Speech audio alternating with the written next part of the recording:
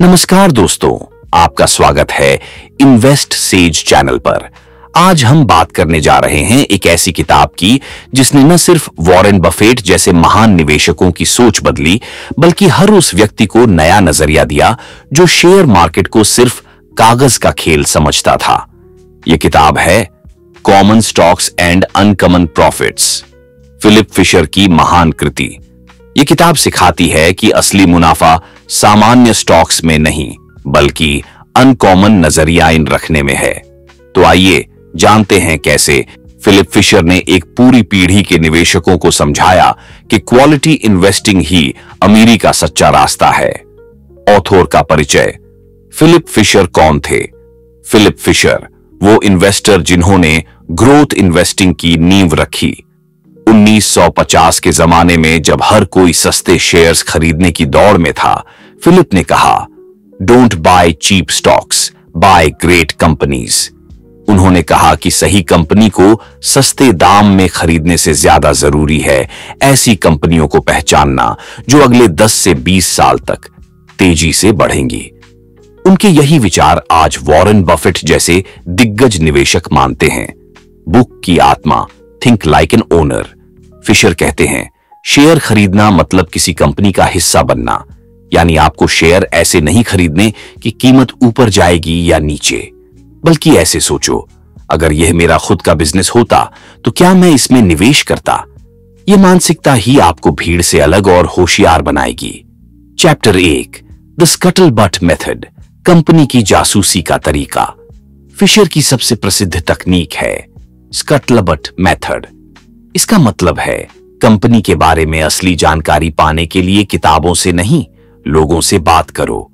Company के कर्मचारियों, ग्राहकों, प्रतियोगियों, सप्लायर्स और यहां तक कि पूर्व कर्मचारियों से बातचीत करो। जानो कि क्या लोग उनकी प्रोडक्ट या सर्विस से खुश हैं, क्या मैनेजमेंट ईमानदार है और क्या कंपनी वास्तव में ग्रो कर रही है। फिशर कहते हैं, वो कंपनी जिनके बेस्ट एम्प्लॉइज और हैप्पी कस्टमर्स हैं, वही भविष्य की मल्टी बैगर होती है। Chapter 2, the 15 points to look for in a common stock. यह किताब का सबसे पावरफुल हिस्सा है फिलिप फिशर के 15 गोल्डन पॉइंट्स जिन पर सही कंपनी चुनी जाती है। 1, प्रोडक्ट इनोवेशन, क्या कंपनी लगातार नए प्रोडक्ट बना रही है। 2, सर्च एंड डेवलपमेंट, R&D, क्या R&D पर खर्च ज्यादा है। 3, प्रॉफिट मार्जिन एक्सपेंशन, क्या कंपनी अपनी मार्जिन्स धीरे धीरे बढ़ा रही है। 4, सेल्स टीम स्ट्रेंथ, क्या कंपनी का सेल्स नेटवर्क मजबूत है। 5, एम्प्लॉय रिलेशंस, क्या कंपनी अपने कर्मचारियों से अच्छा व्यवहार करती है। 6, ग्राहक वफादारी, क्या उसके ग्राहक दोबारा आते हैं। 7, मैनेजमेंट हनेस्टी, क्या प्रमोटर्स भरोसेमंद हैं। 8, लॉन्ग टर्म विजन, क्या कंपनी 10 साल आगे की सोच रखती है या सिर्फ तात्कालिक मुनाफा देखती है। 9, कॉस्ट कंट्रोल, क्या खर्चों को नियंत्रित किया जा रहा है। 10वां, कंपटीशन हैंडलिंग, क्या कंपनी अपने प्रतिस्पर्धियों से आगे निकलने की क्षमता रखती है। 11वां, इंडस्ट्री लीडरशिप, क्या कंपनी अपने सेक्टर में अग्रणी है। 12, फ्लेक्सिबिलिटी एंड अडेप्टेबिलिटी, क्या कंपनी समय के साथ अपने प्रोडक्ट टेक्नोलॉजी बदली सकती है। 13वीं, वित्तीय शक्ति, कर्ज कम है और नकदी पर्याप्त है। 14, इनसाइडर सेंटिमेंट, क्या कंपनी के टॉप लीडर्स खुद अपने शेयर होल्ड कर रहे हैं। 15, इंटीग्रिटी, क्या मैनेजमेंट नैतिक है, अगर नैतिकता नहीं है तो बाकी सब बेकार है। चैप्टर 3, कब खरीदना है, व्हेन टू बाय। फिशर कहते हैं, मार्केट को टाइम मत करो, कंपनी को जानो। आपको स्टॉक तभी खरीदना चाहिए जब कंपनी इन 15 में से ज्यादातर गुणों पर खरी उतरती हो, ग्रोथ विजिबल हो और वैल्यूएशन उचित हो।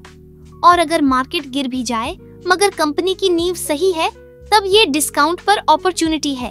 वो कहते हैं, never buy just because prices are down, buy because future is bright.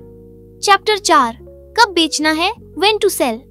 Fisher की राय में सिर्फ 3 बार बेचो। 1, कंपनी अब उतनी शानदार नहीं रही जितनी कभी थी, यानी उसके फंडामेंटल्स बदल गए। 2, किसी और कंपनी में बेहतर ग्रोथ अपॉर्चुनिटी दिख रही है। 3. आपको पहले वाली कंपनी में निवेश करना गलती लगने लगा है। और हाँ, कभी भी सिर्फ इसलिए मत बेचो कि कीमत बढ़ गई। अगर कंपनी बढ़ने लायक है तो उसका मूल्य भी बढ़ेगा। चैप्टर 5, डिविडेंड्स का सच। लोग सोचते हैं कि अच्छी कंपनी वो होती है जो ज्यादा डिविडेंड देती है। फिशर कहते हैं, ऐसा नहीं। अगर कंपनी अपने मुनाफे को बिजनेस में दोबारा लगाए, नए प्रोजेक्ट्स, R&D या प्रोडक्ट डेवलपमेंट में, तो लंबी अवधि में शेयर होल्डर को ज्यादा लाभ होता है। यानी कम डिविडेंड प्लस ज्यादा रिटेंशन बराबर ज्यादा growth. Chapter 6, don'ts for investors. क्या नहीं करना चाहिए? भीड़ का पीछा मत करो, डाइवर्सिफिकेशन लिमिटेड रखो, 8 से 10 बेहतरीन स्टॉक्स काफी हैं। क्वार्टर या डे टू डे प्राइस पर ध्यान मत दो। रिसर्च में आलस मत करो, जांचो, समझो, फिर भरो। सिर्फ सस्ते शेयर मत खरीदो, बेहतरीन कंपनी खरीदो। Chapter 7, holding strategy, patience is profit. Fisher कहते हैं, the big money is not in the buying और the selling but in the waiting. सच्चा निवेशक वो है जो अपनी रिसर्च पर भरोसा रखता है और वर्षों तक इंतजार कर सकता है। लालच या डर में स्टॉक छोड़ना सफल निवेशक की पहचान नहीं है। Chapter 8, quality over quantity. एक बड़ी गलती जो निवेशक करते हैं, बहुत सारे शेयर खरीद लेना। फिशर कहते हैं, अगर आप हर जगह पैसा बांटोगे तो आपकी समझ कहीं नहीं रह जाएगी। कम शेयर लेकिन गहरी समझ और भरोसेमंद ज्ञान, यही अमीरों की पहचान है। Chapter 9, long term and psychology of investor. Fisher का आखिरी संदेश सरल है, मार्केट कभी भी अनुमान से नहीं चलता। आपकी नर्वस सिस्टम, दिमाग और धैर्य सबसे अहम है। लॉन्ग टर्म में जीत हमेशा स्ट्रॉन्ग फंडामेंटल्स और सही माइंडसेट की होती है। पैनिक वाले लोगों के लिए शेयर बाजार जगह नहीं है।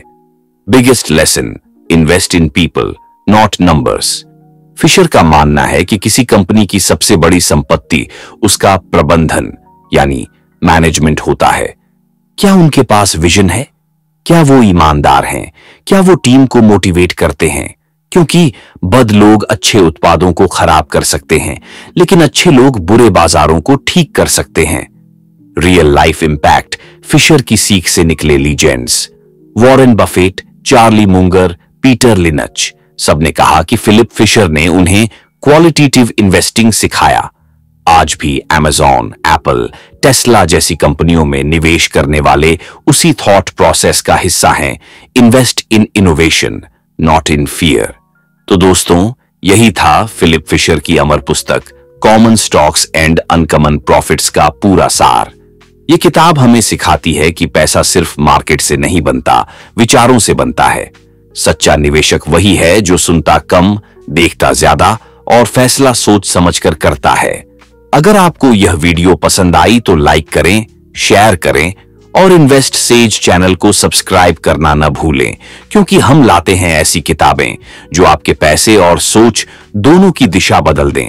और याद रखें, smart investing starts not in your wallet but in your mind.